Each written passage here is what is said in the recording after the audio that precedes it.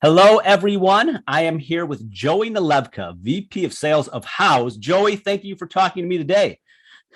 My pleasure. Great to be here, Matt. Thanks for having me. Great. Well, Yaymakers enjoyed working with you. I know we have some history, mostly good here. Joey, can you share a little bit about your role at Houzz and a little bit about Houzz? Sure, that's great. So before I get to the role, let me just take a step back and talk about Houzz. Because by the way, I almost didn't apply to work as VP of Sales for Houzz because I didn't know what Houzz sold. Okay.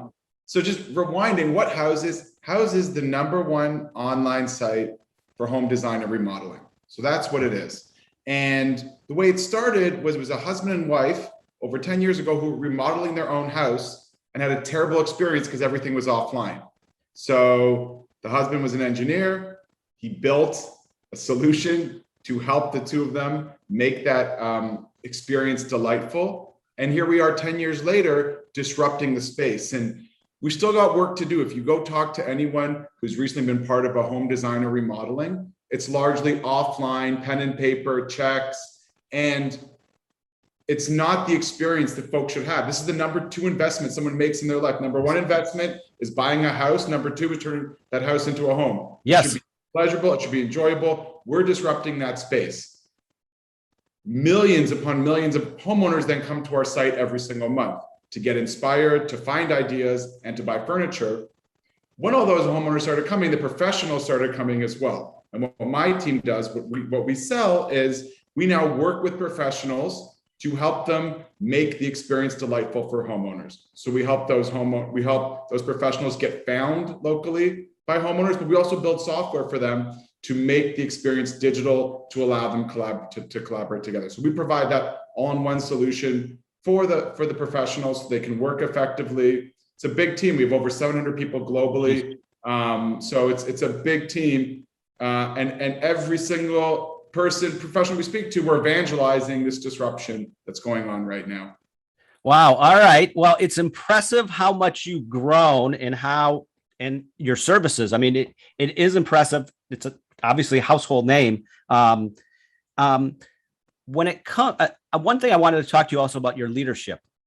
In my opinion, most leaders index one way or another. Either they're very organized, very operational focused, or they're very people focused, very culture focused. When we've worked together, and I know we worked together at Group on the past, I thought you were very balanced on both. Would you say that's true? And has both sides been natural? And any advice you have for leadership? I like how you say balance, because it's not clear whether I'm great at both or just I'm strong at both. For me, it's all about a philosophy that I've had ever since I've started leading teams, and I have my own personal 3 C's.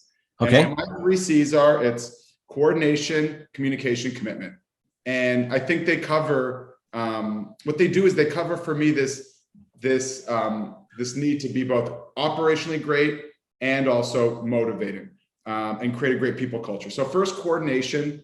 The most important thing any leader can do is make sure the team has a great strategy, that everything is well coordinated. All your partner organizations are working together. And at the end of the day, every single person in your organization understands what we're here for, why we're doing it, and how the work they do every single day connects to it. So I'm incredibly focused on that. You got to have a great strategy, be well coordinated. The second thing, when you lead a sales organization, I have 700 people who ask a lot of questions, have a lot of opinions, and want to know why things are done the way they're done. So you need to be a great communicator. Once you're in tech, that goes up, because the best thing about working in tech is that the product you sell gets better every single month. The worst thing about working in tech is the product you sell gets better. So it creates a tremendous amount of change management. So if you're leading a sales team in tech, you better be great at communicating and keep the team constantly updated. The third thing is commitment then.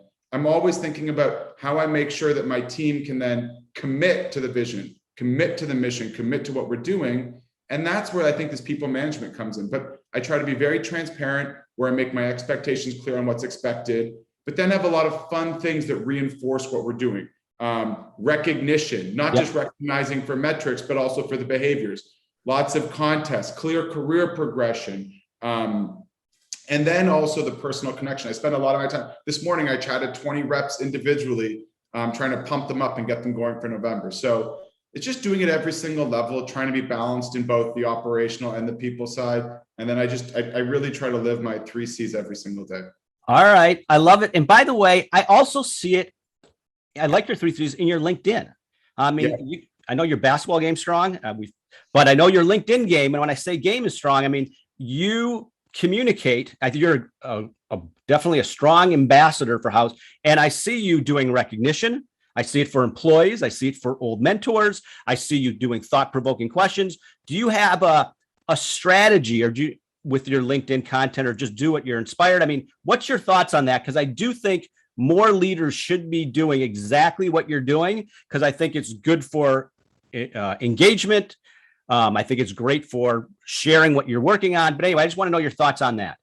I have no strategy. What I will say though is, to me, when you're communicating, great communicators, like I often talk to people and they say, oh, I can't get my team to do something. Well, ask, well, how did you ask? Oh, I sent an email. Like people get asked to do things once, 50 times a day at least. True. If you want something, if a message to be communicated, if you want something to be important, you better have 5 different channels and make sure it's communicated at least 7 times. And for me, so there's email, GChat, personal connection, video. Yep. Social is just another platform that we now have available. So to me, LinkedIn is a way that I communicate with my team as another channel. It's just another way to reinforce the types of things that I'm talking about on a daily basis in the office. And some people don't read my emails, but some of those people then read my LinkedIn posts, and I'm just re-communicating what I'm doing. And it makes people feel great. And when I'm out there representing our brand well, hopefully gets other people bought into the winning culture that we're trying to do. It sees another place. It's a public place. Yep.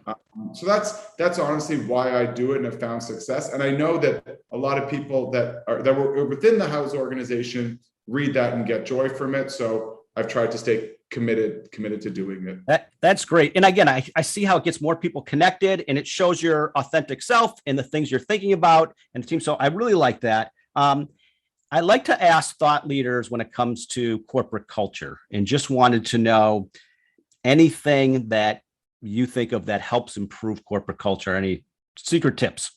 Yeah, great. So to me, the first thing that most people don't do, that I really try to spend a lot of time on, is trying to define what is the value prop. What is, like, your corporate culture is what you're selling to employees, right? So like, what do you want them to say about your corporate culture that they can't say about any other corporate culture out there?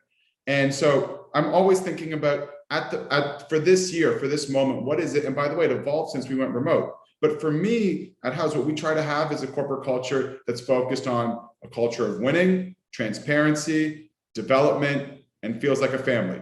So those are the 4 things that we're trying to do. And if you ask people at our organization, when they describe the corporate culture in surveys, those are the words that they'll use to describe.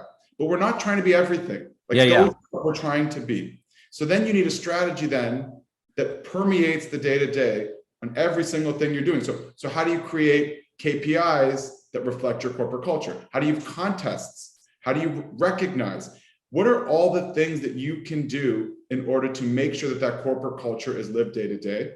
And that's the system that exists. And the last thing is, what can you do to actually live it every day? As the leader, you are the embodiment of that culture. I think some leaders don't realize what an impact they have themselves on that corporate culture. Yep. So I try to live it every day.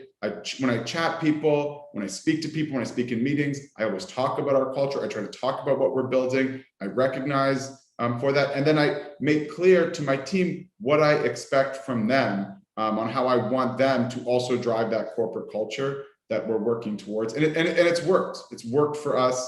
And we just got our employee survey back, by the way. Oh, yeah. And it's been so positive. We had a huge jump year over year, and the comments are really incredible. So I see it working, and I see the benefits that it has.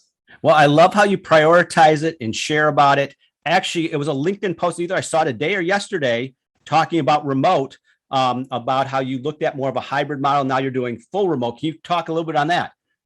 Yeah. So when this all happened 18 months ago, I quickly started to decide that I wanted to go hybrid when eventually it was safe to do so. And I told my team for months and months and months, we're going to be going hybrid. And then right as we prepared to do it, I did a survey of the team.